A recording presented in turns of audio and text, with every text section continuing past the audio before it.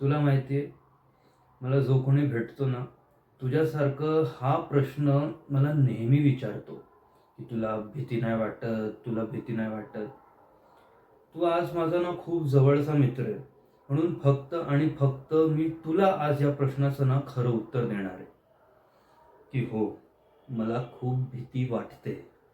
आणि मी हे लिहून देऊ शकतो, की या पूर्ण जगात माझ्यापेक्षा जास्त भीती कुणालाच वाटत नसेल. हो, कुणालाच वाटत नसेल. आणि त्यामागचं कारण असं आहे, की प्रत्येकाला ना फक्त अपयशाची भीती असते.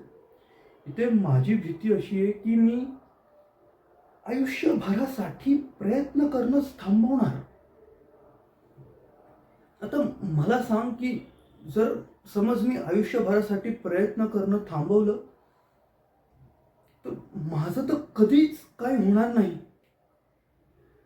तुला माहितीये, मी अनेकदा ना असा एकटा राहिलोय. माझ्या मदतीला कोणीच नव्हतं, माझ्या सोबतीला कोणीच नव्हतं. तरी पण त्या क्षणी मी हार मानली नाही. का? कारण एक गोष्ट ना नेहमी माझ्या लक्षात असते, की ज्या क्षणी मी हार मानणार, तेव्हा माझी जागा घेण्यासाठी माझ्या मागे 100 लोकं राहणार. नकोय रे. आता आता अशी मला कोणाची ना सहानुभूती नकोय. मला फक्त एक संधी हवी आहे.